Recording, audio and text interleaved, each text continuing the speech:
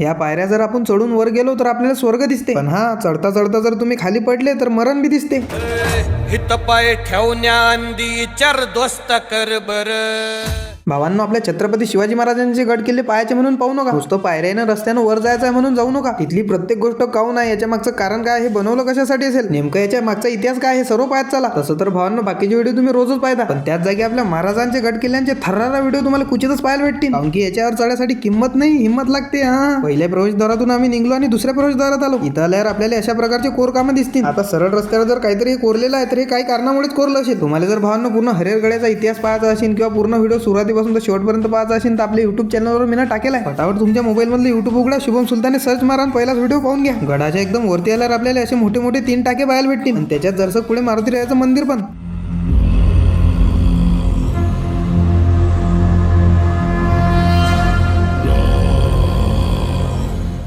मारुतीरायाच्या मंदिराच्या मागे महादेवाचं मंदिर मी तुम्हाला दिसून जाईल. बोला नमो पार्वती पते हर हर महादेव. भावांनो, आपण विचार बी करू शकत नाही की 1000 फूट उंच असलेल्या या पहाडावर आपल्या महाराजांनी एवढ्या खतरनाकपणे या गडावर कोर काम केलं असेल. वरती असलेल्या आपल्या मावळ्यांना पाण्याची कमतरता नाही पडली पाहिजे, खाण्यासाठी धान्य कमी नाही पडले पाहिजे, या सर्वांची सोय महाराजांनी वर लावून ठेवली होती. आता पूर्ण गड फिरून तर झाला होता, आता राहिलं होतं ते सर्वात उंच टोक पाहायचं. बापरे बाप, बाबू शोना टोना करण्यापेक्षा भावांनो एकदा तरी या गडावर या. मेल्यावर तर स्वर्ग पाहायला भेटेन की नाही हे माहित नाही, पण जिवंतपणे स्वर्ग पाहून घ्या. छत्रपती शिवाजी महाराज की जय. आता जेवढी मजा या गडावर चढायला आली ना, त्याच्यापेक्षा डेंजर मजा तर खाली उतरायला येणार आहे. त्यासाठी भावांनो, तुम्ही फॉलो करेल नसेल तर तेवढं फॉलो करून घ्या, कारण की याच्या पुढचा व्हिडिओ एकदम थर्रारा येणार आहे.